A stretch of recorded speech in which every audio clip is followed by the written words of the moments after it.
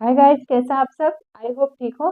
जैसा कि हम पढ़ रहे थे सामान्य हिंदी का एक हम सीरीज चालू किए हैं जो बहुत ही बेसिक लेवल से हम आपको हिंदी सिखा रहे हैं। हिंदी में अब आप ये सोचे होंगे कि हिंदी कैसा सिखाना। तो हिंदी जो व्याकरण है, अगर हमको शुद्ध हिंदी जानना है तो सही सही सही व्याकरण जानना, सही सही व्याकरण की जानकारी होना बहुत ही जरूरी है। क्योंकि जब तक आप सही सही व्याकरण की जानकारी आपके पास नहीं होगी तो आप सही से ना हिंदी लिख सकते हैं ना बोल सकते हैं। तो इंग्लिश से भी ज़्यादा कठिन होती है हिंदी। क्यों होती है? क्योंकि हिंदी जो है हमारी मानक भाषा है। हिंदी एक वैज्ञानिक भाषा है। हिंदी में जो कुछ भी शब्द लिखा रहता है वो प्रूफ होता है। आप उसे प्रूफ कर सकते हैं, साबित कर सकते हैं, जो कि इंग्लिश में ऐसा नहीं होता है। इंग्लिश में लिखा कुछ और जाएगा, पढ़ा कुछ और जाएगा, और उसमें साइलेंट साइलेंट लेटर भी होते हैं। लेकिन हिंदी में ऐसा कुछ नहीं है। हिंदी एक मानक भाषा है। हिंदी एक वैज्ञानिक भाषा है। जो कुछ भी वो लिखा रहता है वो प्रूफ रहता है। वैज्ञानिक भाषा उसके सारे चीज के उसके प्रूफ उसके अंतर्गत प्रूफ रहता है, जो हम आपको प्रूफ करके दिखाएंगे। इसके पहले हम पढ़े थे स्वरों का वर्गीकरण, जो बहुत ही ज्यादा इम्पोर्टेंट था। हम इस वर्णमाला में जो सीरीज चालू किए हैं, बेसिक इंग्लिश के सॉरी बेसिक हिंदी ग्रामर का जो सीरीज चालू किए हैं, इसमें बहुत सारे टॉपिक को हम कवर किए, बहुत सारे लेसन्स को हम कवर किए। संज्ञा, सर्वनाम, शब्द, विकारी शब्द, अविकारी शब्द, सब कुछ कवर किए। लेकिन आगे और पढ़ाने से पहले हमने सोचा कि जो बेसिक है, बेसिक से जो जानकारी हो वो आप तक पहुंचाएं। क्योंकि हम बड़ी चीजें पढ़ने के चक्कर में बेसिक्स अपना भूल जाते हैं, उस पर ध्यान नहीं देते हैं। और जब तक हमारा बेसिक किसी भी चीज का जब तक बेस मजबूत नहीं होगा, तब तक उस पर कितनी भी बड़ी इमारत आप बनवा ले, वो गिर ही जाएगी। तो हमें अगर इमारत बनानी है हिंदी की, तो हमें सबसे पहले उसके बेस को मजबूत करना पड़ेगा। हमें बेस को बहुत ही अच्छे से जानना पड़ेगा। इसलिए हम स्वरों का विभाजन कल पढ़े। उसी क्रम में आज इस क्लास में हम आपको बताएंगे वर्ण और अक्षर में अंतर क्या होता है। वर्ण किसे कहते हैं, अक्षर किसे कहते हैं। बहुत ही बारीक और बहुत ही सूक्ष्म, बहुत ही छोटा शब्द है। बहुत ही छोटा शब्द है, लेकिन ये कंफ्यूजन बहुत बड़े क्रिएट करता है। तो आज इस क्लास में हम समझेंगे कि वर्ण किसे कहते हैं, अक्षर किसे कहते हैं। तो आपको क्या करना है, कुछ नहीं करना है। आपको इस क्लास के अंत तक बने रहना है और ध्यान से हम जो बता रहे हैं उसको देखना है। अगर थोड़ा भी आपको जानकारी अच्छी लगे तो आप लाइक कर दीजिएगा, कमेंट करके हम जो कहीं भी डाउट रहे तो पूछ सकते हैं। और अगर चैनल पर नए हैं तो चैनल को सब्सक्राइब करके जरूर जाइएगा। आपका कमेंट जो आप जो कमेंट करते हैं वो हमारे लिए प्रेरणा का काम करता है, इसलिए आप कमेंट जरूर कीजिएगा। तो चलिए शुरू करते हैं आज इस क्लास को। देखिए, समान हिंदी में वर्ण और अक्षर में अंतर। तो वर्ण किसे कहते हैं, अक्षर किसे कहते हैं। तो वर्ण और अक्षर दोनों ही समानार्थी शब्द हैं। वर्ण के भी बहुत सारे समानार्थी पर्यायवाची शब्द होते हैं, उसी प्रकार अक्षर के भी बहुत सारे पर्यायवाची शब्द होते हैं। कि मतलब पर्यायवाची शब्द का मतलब कि हम एक ही वर्ण को बस वर्ण के नाम से नहीं जान सकते, या वर्ण का एक ही अर्थ नहीं होता, वर्ण का बहुत सारा अर्थ होता है। तो उसको हम समानार्थी शब्द कहते हैं। जैसे समान अर्थ व्यक्त करता है, ठीक है, उसी को समानार्थी शब्द कहते हैं। तो वर्ण और अक्षर दोनों के समानार्थी शब्द होते हैं। बहुत सारे समानार्थी शब्द होते हैं। तो चलिए देखते हैं।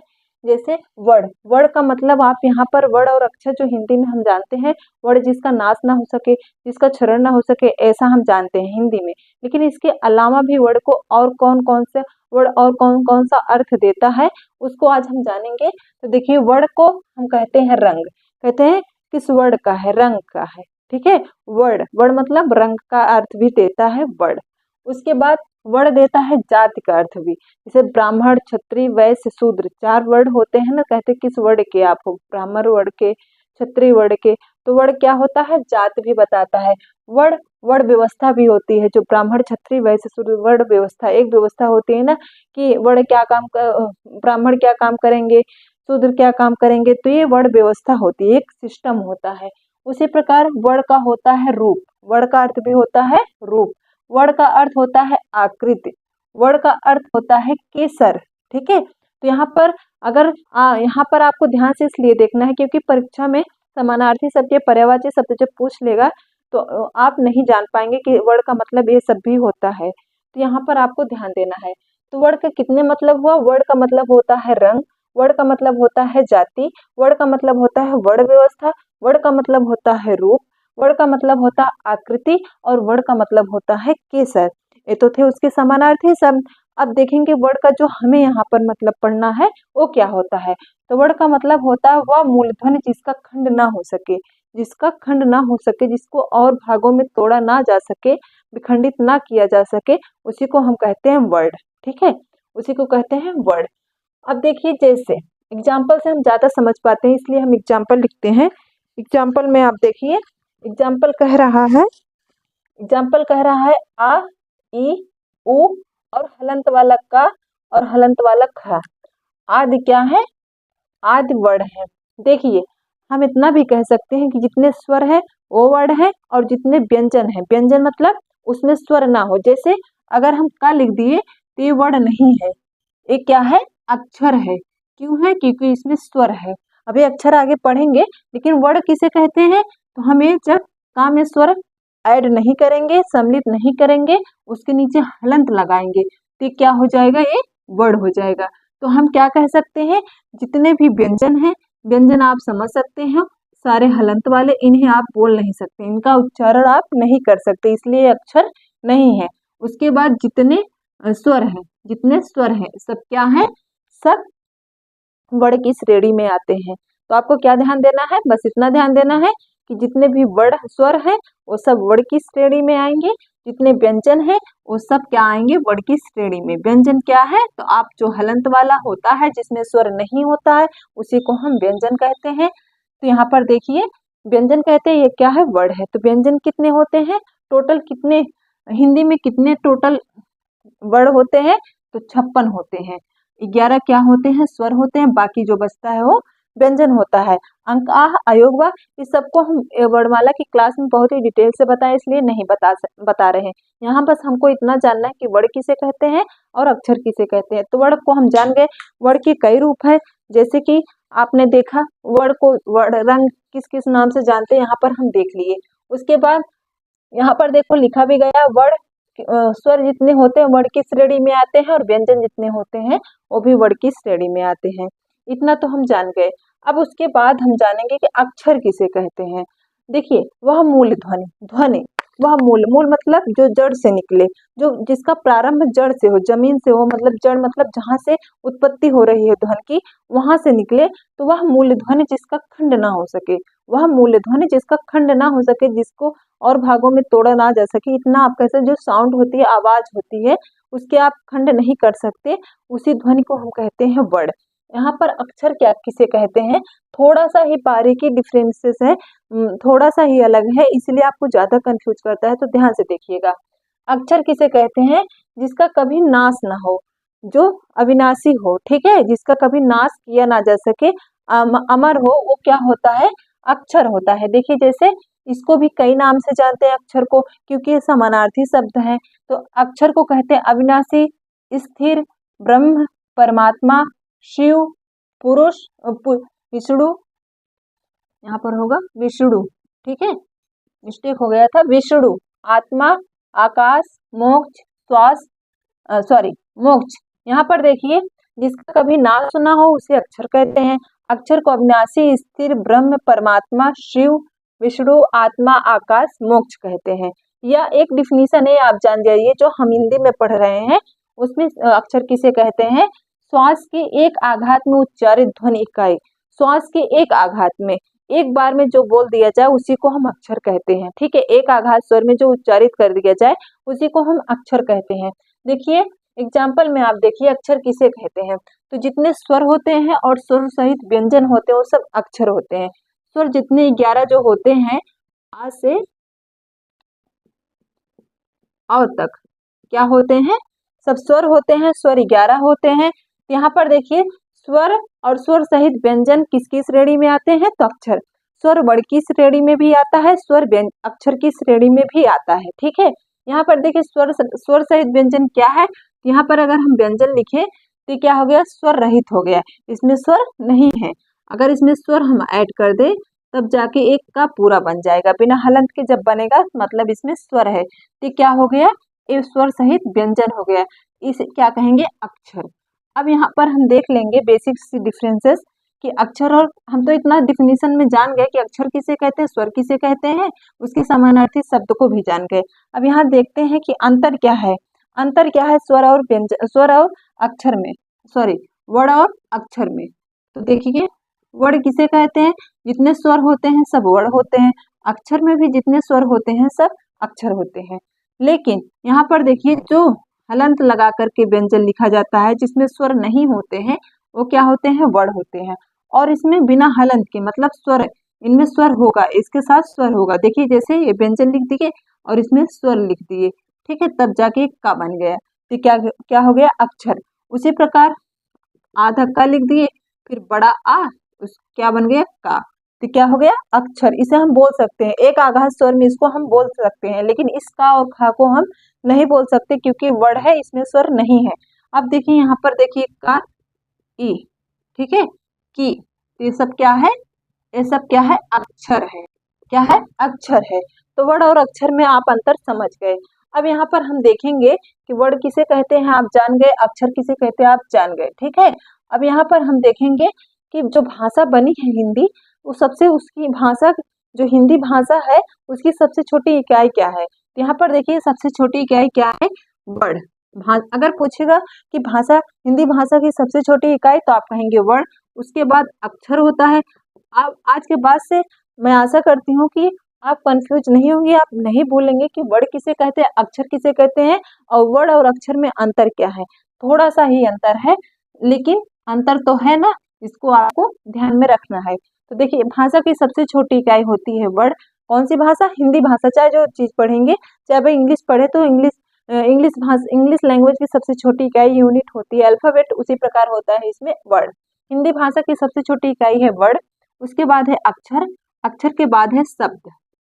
देखिए वर्ण जो साउंड निकलता है, आवाजें मिलकर अक्षर बनाती हैं, और अक्षर मिलकर शब्द बनाते हैं, और शब्द मिलकर क्या बनाते हैं, वाक्य। क्या बनाते हैं, वाक्य। और वाक्य मिलकर बनाते हैं, बहुत सारे वाक्य मिलकर बनाते हैं भाषा। इस प्रकार कौन सी भाषा बन जाती है हमारी, हिंदी भाषा। कोई भी भाषा सीखने के लिए हमें सबसे पहले उसकी छोटी इकाई को पढ़ना पड़ता है, फिर उन छोटी छोटी इकाइयों को जोड़ करके दो दो वर्ड बनाने पड़ते हैं, दो शब्द बनाने पड़ते हैं, उसके बाद वाक्य बनाना पड़ता है, और वाक्य के सहारे हम भाषा को बोल लेते हैं, भाषा का निर्माण कर लेते हैं। तो आज के बाद से आप नहीं भूलेंगे हिंदी भाषा कैसे बनी। हिंदी भाषा की सबसे छोटी इकाई है वर्ड। पहले वर्ड आवाजों को हम इकट्ठा किए, अक्षर बनाए, फिर अक्षर को इकट्ठा किए, शब्द बनाए, शब्द को इकट्ठा किए तो वाक्य बनाए, और वाक्य को इकट्ठा किए तो भाषा। देखिए कैसे, जैसे अगर एक का है, ये वर्ड है, अगर हम इसको अक्षर बनाना चाहें तो का और इसमें स्वर लगा देंगे, ये बन जाएगा का, ठीक है। चाहे ऐसे आप लगा दें तो ये बन गया का, तो क्या हो गया, अक्षर। अब देखिए शब्द कैसे बनाए, तो एक अक्षर ले लिए प्लस दो अक्षर ले लिए, क्या बन गया, कम, ये क्या बन गया, शब्द। अब शब्दों को मिलाकर हम वाक्य कैसे बनाए, जैसे कम राम, जैसे आप यहाँ पर लिख सकते हैं राम, एक शब्द हो गया, जाता दो शब्द हो गया, है तीन शब्द हो गया। तो तीन शब्दों से मिलकर क्या बन गया, वाक्य। एक वाक्य बन गया जिसका एक निश्चित सार्थक अर्थ दे रहा है। अब देखिए भाषा कैसे बनती है, तो भाषा कई वाक्यों को मिलाकर बनती है। तो देखिए जैसे राम स्कूल जाता है और रोज शाम को घर आ जाता है, उसके बाद फ्रेश होकर खाना खाता है। तो यहाँ पर देखिए कई वाक्य हैं, एक वाक्य, दो वाक्य, तीन वाक्य, कई वाक्य मिलकर क्या बना दे रहे हैं, एक भाषा जिसका एक अर्थ निकल रहा है, ठीक है। तो इस प्रकार हिंदी भाषा का निर्माण हुआ। तो यहाँ हम क्या जाने कि वर्ड किसे कहते हैं, अक्षर किसे कहते हैं। थोड़ी सी डिफिनीशन, थोड़े से डिफरेंसेस हैं जो आपको समझना है, जो आप समझ गए।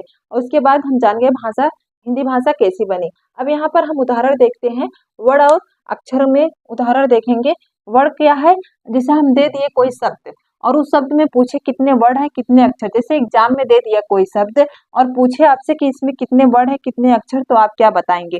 जैसे हम एक शब्द ले लिए रामू, अगर इसमें पूछे कि कितने वर्ड है और कितने अक्षर है तो आप क्या कहेंगे। तो देखिए यहाँ पर इसको अलग कर लेंगे, फिर आ, फिर माँ, फिर उ।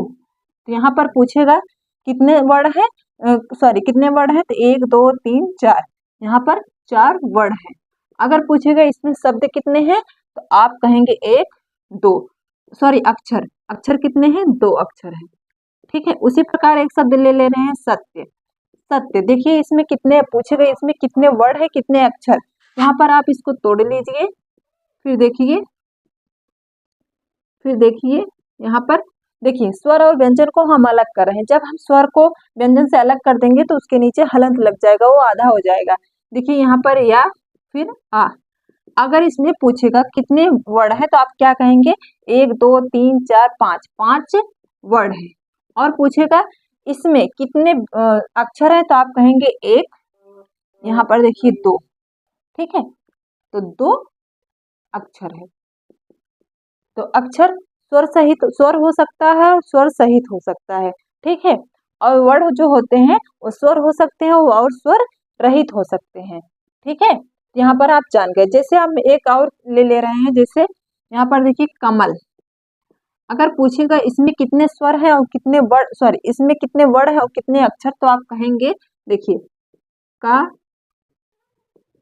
म ल। तो 1 2 3 4 5 6, 6 वर्ड है, 6 वर्ड है। और इसमें अक्षर कितने हैं, तो 1 2 3, 3 अक्षर है। ठीक है, तो आई होप आपको वर्ड और अक्षर के बारे में, उसके अंतर के बारे में अच्छे से समझ में आ गया हो।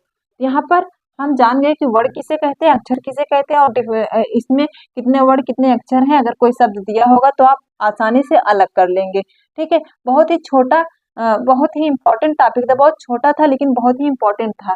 क्यों इम्पोर्टेंट था, क्यों महत्वपूर्ण था, क्योंकि ये हिंदी भाषा जो हम पढ़ रहे हैं उसका एकदम बेस है, एकदम बेसिक लेवल है। क्योंकि हमें बेसिक लेवल, छोटी छोटी चीजें, लोग पीएचडी करने लग जाते हैं लेकिन उनका बेसिक जो होता है वो स्ट्रांग नहीं होता है, मजबूत नहीं होता है, और पीएचडी करने लग जाते हैं क्योंकि वो बड़ी चीजें पढ़ने लग जाते हैं, छोटी चीजों पर ध्यान नहीं देते।